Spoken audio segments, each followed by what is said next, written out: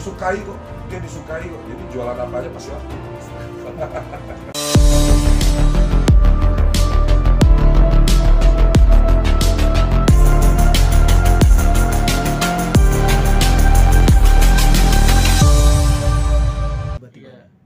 Prinsip saya kan, saya suka belajar hal-hal baru, gitu. Jadi saya datang ke sini selain pengen pembuktian sebenarnya juga di konten-kontennya beneran nggak nih gitu.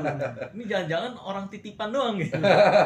Akhirnya saya jangan cuman ini ya apa di endorse doang ya. Di endorse ngaku owner gitu. Akhirnya datanglah ke sini untuk pembuktian juga kayak gimana aslinya gitu. Terus belajar tentang usaha juga, dunia usaha gitu sih.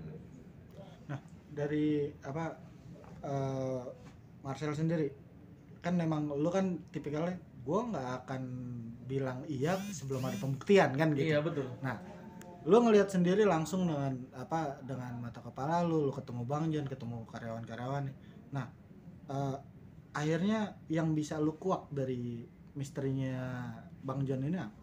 Bang John karakternya yang gue lihat ya dari yang tadi kan gue ngobrol-ngobrol sama karyawan-karyawannya juga kan. Di situ sih kelihatannya friendly tapi tegas juga. Jadi ada dua sisi. Jadi tegas juga, friendly juga. Dan sama karyawan itu cair gitu. Jadi bukan bosi dia karakternya. Sesuai dengan apa yang ada selama ini di media-media itu. Di media-media, di medsosnya gitu. Jadi itu ya sesuai aslinya ya kayak gitu. Bukan kayak karyawannya, ntar lu di depan kamera lu harus kelihatan santai ya sama gua, nggak kayak gitu. Jadi beneran bikin konten yuk sini gitu. Dia gitu aslinya beneran. Nah, Bang John sendiri ngeliat Marcel maksudnya ini pertama kali bertemu atau sudah sebelumnya? Kedua. Kemarin kita sempat kenalan dulu ya. Iya, kita kenalan di Senayan City ya. Senayan City betul. Kita makan gitu. Nah, ngeliat Marcel gimana Bang? Maksudnya dari sisi entertain dia lah ya. Iya. Nah, apakah dia sudah mulai tertarik sama dunia bisnis? Jujur sih, saya kan penggiat di media sosial juga dengan 2,7 juta pengikut di TikTok kan hari ini. Jadi saya pun sering lihat konten-kontennya Marcel, apalagi yang pas rame-rame kemarin itu dia membongkar praktek dukun-dukun palsu gitu-gitu kan. Saya melihat ada yang beda sih dari sosok Marcel nih. Saya lihat dia orang yang punya prinsip, punya orang yang idealis gitu ya, bahwa dia itu pengen segala sesuatunya itu di depan mata dia terbukti dan lain-lain. Dia pengen membuktikan secara langsung. Ya, ada banyak hal positif yang saya lihat dari sosoknya Marcel sih.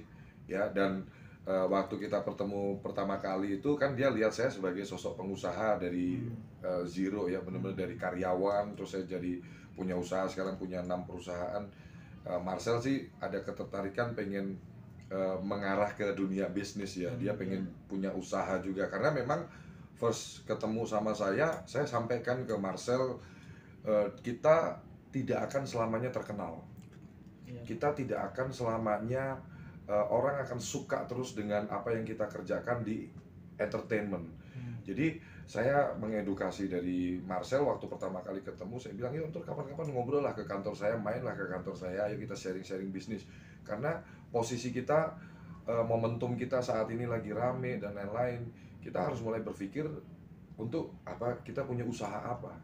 Karena nggak selamanya kita akan terkenal terus, kita nggak akan selamanya orang tahu kita terus. Mulai jalur, karena nggak sedikit juga kan kita lihat di Indonesia ini artis-artis, pekerja-pekerja seni yang dulu itu ibarat didewa-dewakan banget, semua orang itu mengidolakan. Hari ini benar-benar sudah nggak terkenal, terus mohon maaf kehidupannya pun jadi susah gitu ya. Jadi saya pun tergerak untuk bagaimana teman-teman artis dan lain-lain yang atau influencer-influencer yang hari ini terkenal memanfaatkan momentum itu untuk masuk ke dunia bisnis, supaya ketika nanti Anda nggak terkenal lagi, Anda sudah punya bisnis untuk menunjang kehidupan Anda selanjutnya gitu loh. John, boleh dibilang nama besar itu mempengaruhi atau alias bisa juga kategorinya aji mumpung gak sih? Jadi kalau saya bilang ya, nggak semua orang bisa punya kesempatan dapat si aji mumpung itu. Kalau Anda lagi mumpung Anda terkenal, ya Anda manfaatkan. Life is all about momentum. Hidup itu tentang sebuah momentum, kesempatan. Nggak semua orang bisa dapat kesempatan kayak saya. kayak Marcel, kayak teman-teman artis lain atau public figure lain yang terkenal. Jangan terlena dengan euforia, wow kita lagi terkenal nih, terus kita jadi mungkin angkuh, jadi star syndrome, malah jadi kayak menutup diri dan lain-lain. Itu saya bisa di posisi hari ini karena saya selalu menjaga yang namanya hablum minanas. Selalu kita silaturahmi siapapun. Makanya kan teman-teman mungkin banyak orang netizen kok bisa Bang John itu kenal sama Mas Tukul Arwana, Reski Aditya, Vicky Prasetyo jadi brand ambassadornya perusahaannya Bang John, Enji Ang, Bang Sunan Kalijaga sedekat apa, Marcel, Ali Sakib, banyak lah ya artis-artis yang akhirnya jadi ini karena usaha yang saya jalankan itu dibutuhkan oleh mereka. Karena saya di bidang perizinan, mereka mau bikin PT dan lain-lain, mereka hubungin ke perusahaan saya. Nah akhirnya kita jadi berteman dan lain-lain gitu kan. Karena faktanya begini Bang, ini yang harus disadarkan juga oleh pekerja-pekerja seni, artis-artis, influencer-influencer. Kalau kamu nggak punya PT, kamu yang repot sendiri. Kenapa? Karena semua uang yang kamu terima masuk ke rekening kamu pribadi, itu sama kantor pajak dianggap 100% sebagai penghasilan. Harusnya kalau kamu pekerja seni, kamu artis, kamu dapat endorse dan lain-lain, kamu harus punya PT, itu wajib. Supaya ketika ada pembayaran dari vendor, dari partner bisnis yang mengendorse kamu, masuk ke rekening PT dulu. Di situ kamu susun laporan keuangan. Laporan keuangan itu kamu laporkan ke pajak bahwa pendapatan kamu misalkan 100 juta. Di 100 juta ini ada loh untuk kamu beli peralatan baju-baju lah, kostum lah, makeup artis lah, bayar biaya makeup artis lah, untuk transportasi, pembelian apa, sewa mobil dan lain-lain. Baru sisanya berapa, itu yang jadi penghasilan kamu, itulah yang dipajakin Bang. Ini yang banyak mungkin orang teman-teman artis udah masuk ke rekening pribadi, lu nggak sadar penghasilan di atas 5M setahun, pajak progresifnya udah 35%. Jadi hadirnya saya ini di orang yang teman-teman artis yang sudah paham, sudah ngeh, dia akan cari saya, cari perusahaan saya karena dia butuh untuk pembuatan PT itu. Pembuatan PT 4 juta seluruh Indonesia sampai buka rekening PT, makanya terviral banget. Iya, jadi kita klien saya perusahaan sampai seluruh Indonesia. Seluruh Indonesia. Kembali lagi ya Bang, saya itu sejujurnya adalah orang yang selalu memperdulikan orang lain.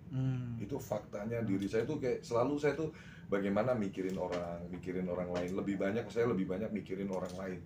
Saya melihat ketemu silaturahmi, saya juga profiling pribadinya Marcel secara real ya, bukan di media sosial.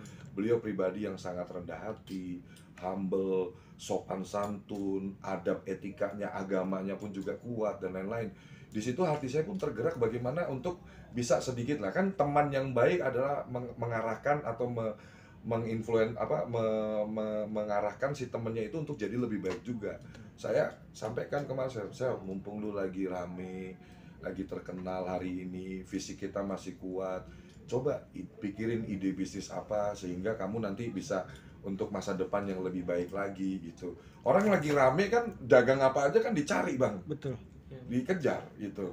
Ini yang saya akan terus gencar untuk kontribusi di negara yang saya cintai ini, bagaimana terus jadi menginfluencer teman-teman, public figure dan lain-lain untuk yuk berkarya, bikin usaha apa aja deh.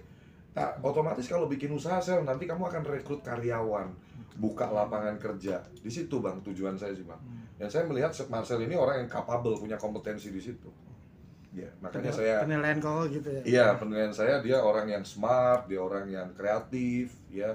Dia orang yang out of the box. Iya, betul. Ya, out of the box, personal brandingnya. Tadi kita di jalan aja banyak yang jadi ngelihat Marcel, minta foto dan lain-lain. Disukai kok, dia disukai kok. Jadi jualan apa aja pasti laku. Pasti laku. Insya Allah.